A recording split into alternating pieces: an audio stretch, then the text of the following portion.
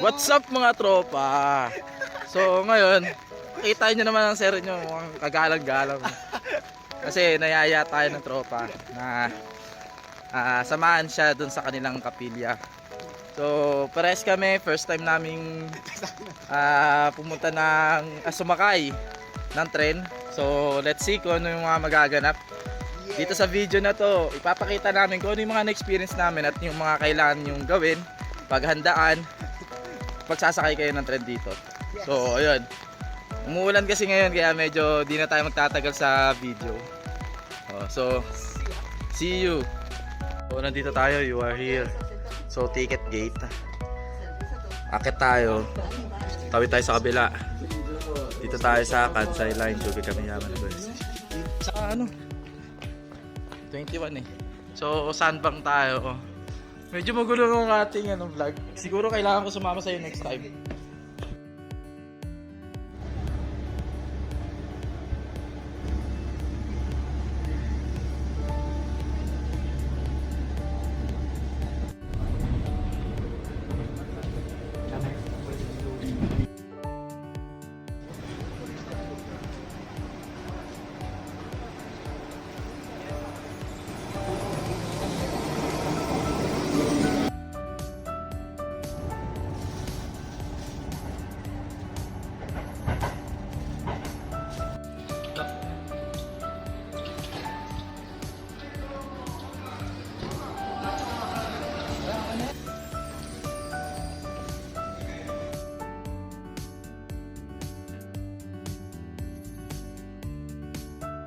So update na.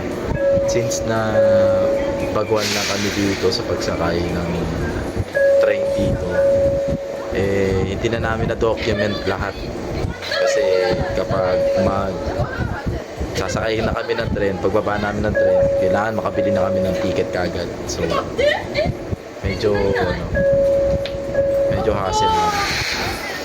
Hindi na namin siya na-document. So epic ang namin.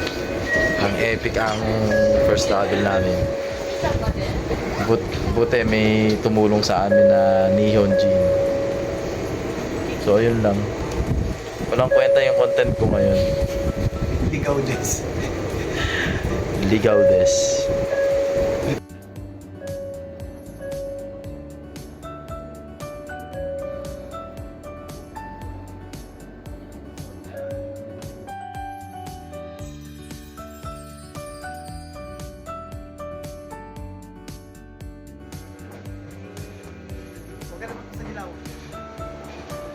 Pinas.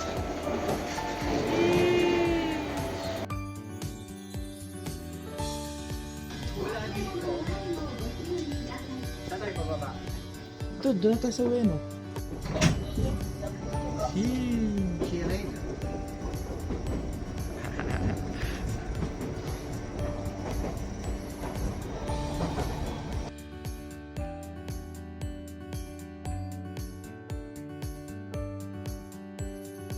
So it's 12 midnight na at buti na lang naabutan namin last train last train dito. At sa ngayon naghahanap kami ng makakainan, like sobrang gutom na kami, tapos ako wala pang tulog, galing ako ng duty kagabi, kanina umaga na umuwi, tapos pag uwi ko kumain kami, tapos nagkasikaso pa ako, naglaba pa ako and everything. Tapos, gantong oras din ako makakauwi. Woo! Late night talks with my brother. Napakalamig dito, sobra. Talagang siguro huling subo ko nito, binata pa ako. Sa nung oras pa.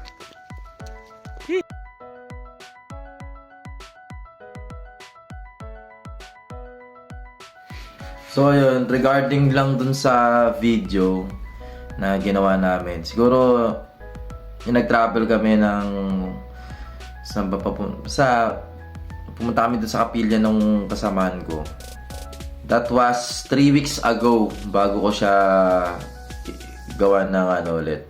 I-continue yung video. No? Sa mga natutunan ko, bukod sa Shinkansen, yung makikita yung amount doon, yun na yung pwede nyong bilhin sa train station pa lang. Sa unang station nyo. For example, doon sa amin, sa Umenoshi Station, for example, nakakita kayo doon sa Google Maps nyo na magiging expense nyo is nasa 2.7, something like that. Yan na yung amount na bibili nyo na mismo sa ticket ninyo. Ganong kalaki. Both sa Shinkansen kasi magkakadugtong naman yung JR, mga JR companies na yan. Kakaano naman sila. Bukod lang dun sa Shinkansen. So, iba kasi bayad sa Shinkansen. Tapos the rest, magkakadugtong na siya. Kumbaga, isang bilihan na lang ng ticket. If ever na kulang yung, kunwari, nabili yung ticket is 2.5.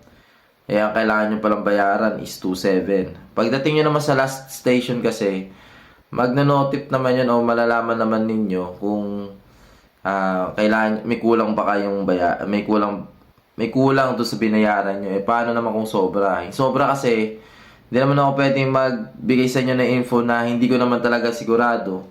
Kapag sobra yung pera nyo, siguro, di ko alam kung may babalik pa.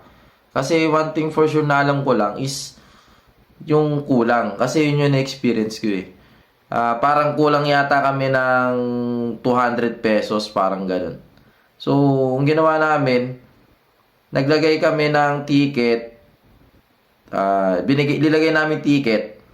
Pag exit namin, kulang nga kami ng ng 200. So, nagdagdag kami ng 200.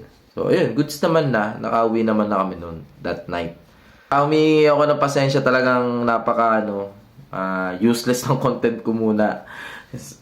Thankful pa rin ako kasi that time, sobrang maganda yung naging experience namin nung kasama ko. Talagang, genuine nung feeling, yung pakiramdam. Kasi, experience namin doon, di ba? From this station, tatawid kami. Pero bago kami lumipat na ibang station, ng train, kailangan bumili muna ulit kami ng panibagong ticket. Hindi pala ganun. Hindi pala ganun yung diskarte. Kung ano yung nakita nyo sa Google, kung magkano yung magiging amount ninyo, or sa Google Maps, kung magkano yung magiging amount ninyo, ayan, papakita ko. Yun din yung bibilin nyo. For example, 2.7, 2.7. O kung ano yung nakikita nyo sa screen, ganun na lang din yung babayaran nyo. So, thank you for watching. At may mga videos pa tayong naka-line up na wala lang talaga akong oras. Dahil mas gugustuhin. Unahan pala ako ng pagpapahinga kaysa sa makagawa ulit ng video. Ang dami ko nang gustong i-update sa inyo. Aso lang di ko magawa. Ayun. See you again. Thank you.